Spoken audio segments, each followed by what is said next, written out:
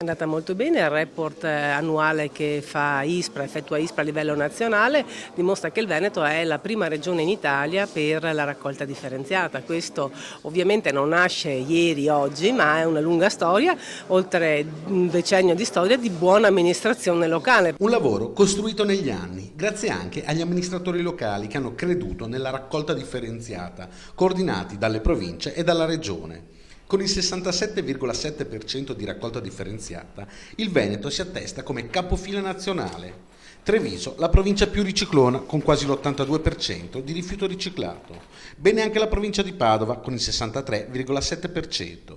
Un forte impegno da parte degli amministratori, ma anche da parte dei cittadini. La coscienza è molto più alta qui, evidentemente, che da altre parti del nostro paese. Che adesso la sensibilità da parte dei cittadini è completamente diversa. C'è proprio voglia, da un punto di vista ambientale, di rispettare le regole e di cercare di trovare dei sistemi che garantiscono un minore inquinamento. In aumento anche la produzione dei rifiuti, un dato questo emblematico, che da molti viene visto come un segnale di ripresa economica. Seppur magari con ottimismo stiamo interpretando questo dato come un innesco, seppur timido, di un aumento di quelli che sono i consumi e quindi una ripresa dell'economia.